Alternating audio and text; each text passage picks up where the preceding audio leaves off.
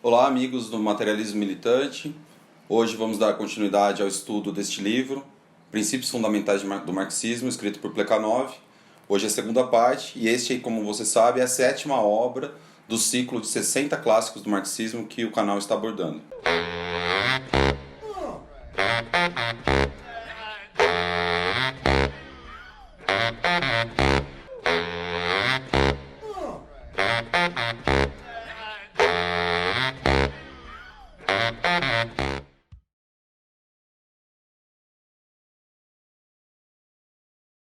No vídeo passado, a gente viu que Feuerbach ele tem uma contribuição muito importante para Marx quando estabelece a unidade entre o ser e o pensar. E Feuerbach faz isso a partir da alteração do ponto de partida do eu abstrato e substitui este ponto de partida pelo ponto de partida eu e tu. Né? O eu está em relação ao tu. Esse ponto de partida permite a Feuerbach então estabelecer que eu, Leandro, que estou aqui pensando, elaborando determinadas ideias de uma forma abstrata, para vocês, para tu, é um corpo com determinadas características físicas que emite determinados sons com algum sentido. Ou seja, o materialismo reconhece a unidade entre sujeito e objeto, mas nunca sua identidade. Essa é uma questão que divide o materialismo e o idealismo de conjunto. Enquanto o idealismo identifica o ser e o pensar enquanto instâncias iguais, né?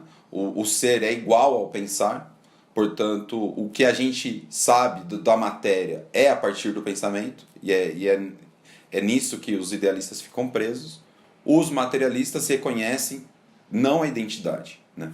O pensamento e o ser são coisas distintas, são fenômenos distintos com existência distinta. Um é objetivo, o outro é subjetivo.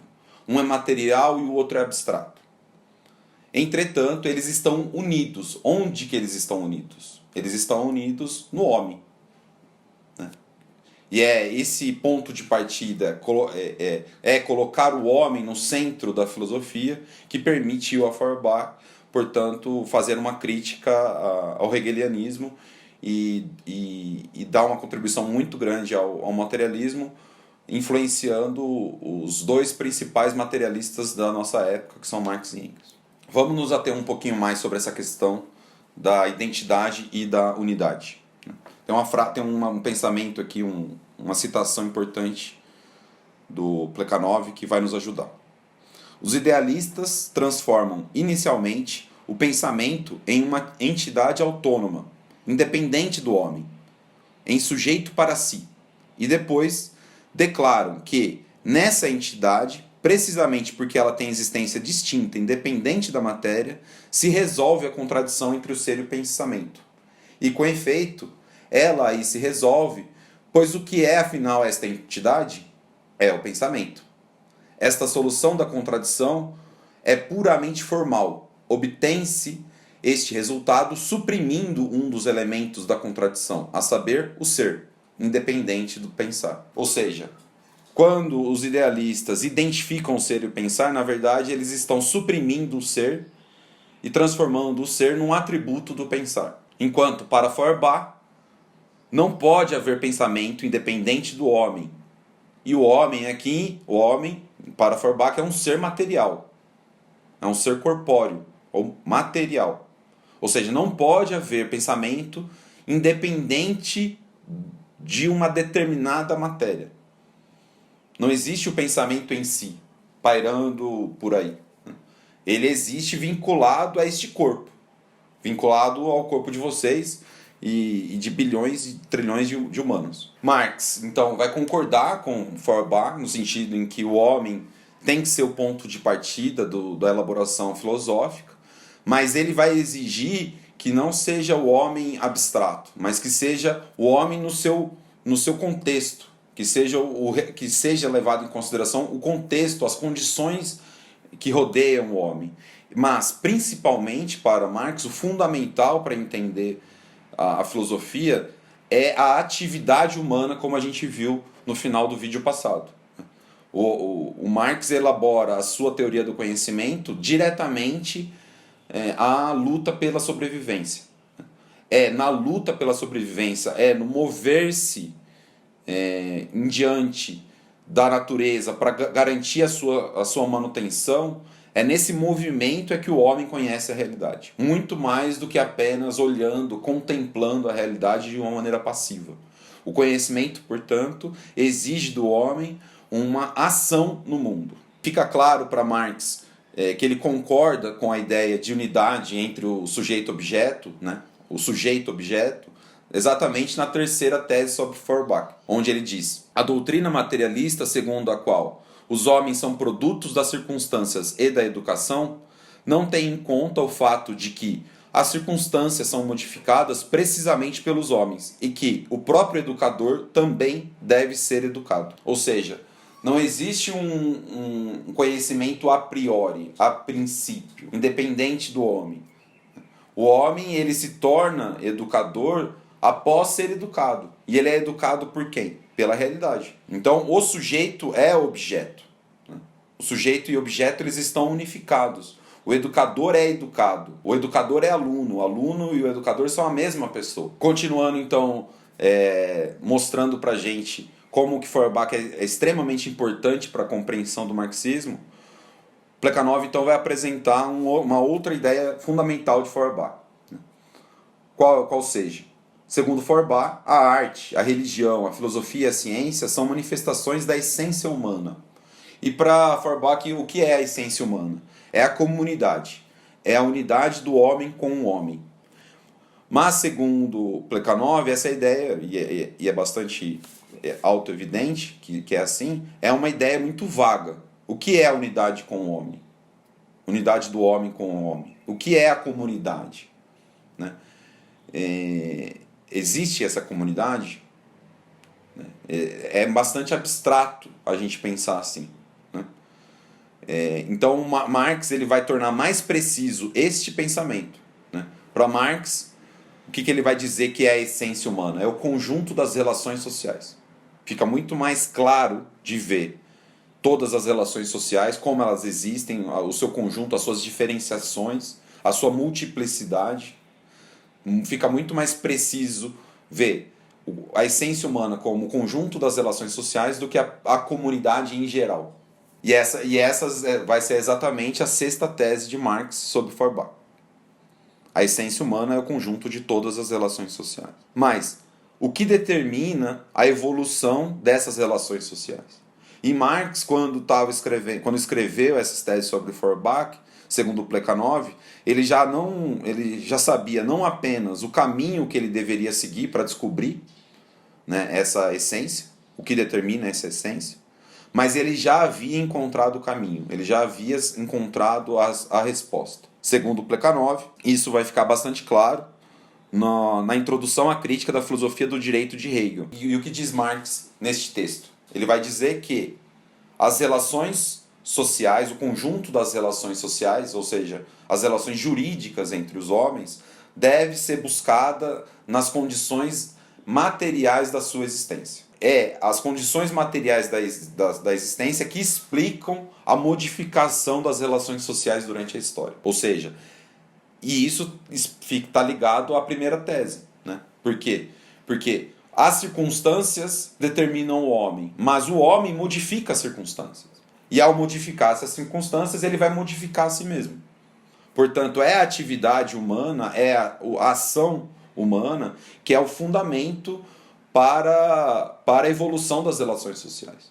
É o trabalho, é a economia, é a luta pela sobrevivência que vai nos dar a possibilidade da ciência, da arte, da religião. Essas várias formas abstratas do pensamento estão diretamente unidas ao sujeito.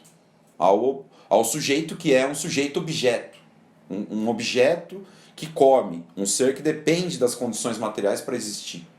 E, portanto, para pensar. O pensamento do homem depende da existência do homem. Não existe pensamento independente da existência do homem. Portanto, Marx já bastante claramente já vai determinar, portanto, que a anatomia da sociedade civil deve ser buscada na economia. Se a gente quer entender como as relações sociais, esse conjunto das relações sociais se modifica na história, a gente precisa ter como fio condutor as condições de existência do homem. A gente precisa ver como o homem viveu durante todo esse período. E a gente vai ver que ele viveu de uma maneira diferente. Embora os produtos, por exemplo, alimentícios podem ser os mesmos, a forma como o homem obteve esse alimento modifica drasticamente durante a história. E essa modificação de como o homem adquire os alimentos modifica o pensamento do homem, modifica as relações abstratas, o pensamento e, portanto, a ideologia, a ciência, a religião. Então fica claro que Marx, quando ele critica Feuerbach, ele já indica já as soluções, ele já está muito próximo de chegar nas soluções. E a crítica que ele faz ao Feuerbach nada mais é do que uma complementação, um desenvolvimento do que Feuerbach havia dito. Mas os princípios filosóficos, os princípios fundamentais, abstratos, filosóficos de Marx e Engels estão primeiramente desenvolvidos em Feuerbach. E é por isso que Marx e Engels muitas das vezes não repetem, não se sentem na necessidade de dizer tudo. Porque para eles já estava muito claro que nas obras de Feuerbach já havia sido escrito, já havia sido dito. Né? E era de conhecimento corrente entre os círculos hegelianos, do qual Marx fazia parte, essas ideias de Feuerbach. Portanto, para Marx não ficava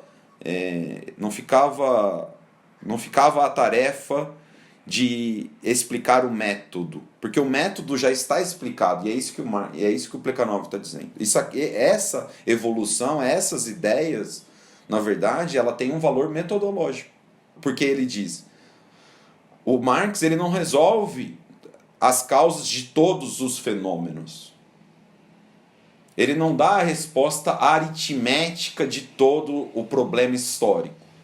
Ele dá a resposta algébrica, que deve ser preenchida pelos historiadores e pelos cientistas sociais da nossa época e do futuro. Mas, se a gente quer encontrar as causas dos fenômenos, a gente deve seguir a metodologia proposta por Marx. Qual que é a metodologia? Né? A metodologia é: o homem não é um ser individual. O homem é um ser social. Esse ser social luta pela existência. É nessa ação nesse movimento do homem em direção à natureza para garantir a sua sobrevivência, é que possibilita a ele o desenvolvimento do conhecimento, das várias formas de conhecimento. O pensar, portanto, está ligado à existência do homem. A religião, a arte, a ciência, as várias formas do pensar estão diretamente ligadas à maneira como o homem existe, a forma como as relações sociais reais se moldam. Vai determinar como o homem pensa e elabora suas ideias. Então, para Marx, ficava a tarefa de explicar a evolução da economia. Né? Para Marx não ficava a tarefa, então, de explicar tudo. Porque até seria um trabalho impossível para um homem ou dois, mesmo geniais como eles eram. Né? Essa tarefa exige todo um trabalho de colecionamento dos dados, de arquivamento, que seria impossível para uma dupla genial dessa conseguir explicar. Então Marx, a partir desse método, ele vai se debruçar a explicar como que a economia se move. O que move a economia? O que determina a economia? Ou seja, o materialismo histórico, enquanto método, né, está resolvido. E Marx vai completar este método ao determinar o que move a economia. Bem, no próximo vídeo a gente vai dar continuidade a este livro. A gente está abordando de uma maneira mais detida este livro, porque são ideias abstratas, ideias que não estão no corrente do nosso dia a dia, e acho que a gente entendeu que era melhor se debruçar, até para a gente mesmo ter uma compreensão melhor do que está acontecendo, né? Fazer esses vídeos mais separados aí sobre as partes desse livro Princípios Fundamentais do Marxismo de Plekhanov. Vale muito a pena a leitura. Espero o comentário de todos, as dúvidas, e não deixem de se inscrever e participar aí dessa aventura em busca aí dos 60 clássicos do marxismo. A gente se vê e abraço.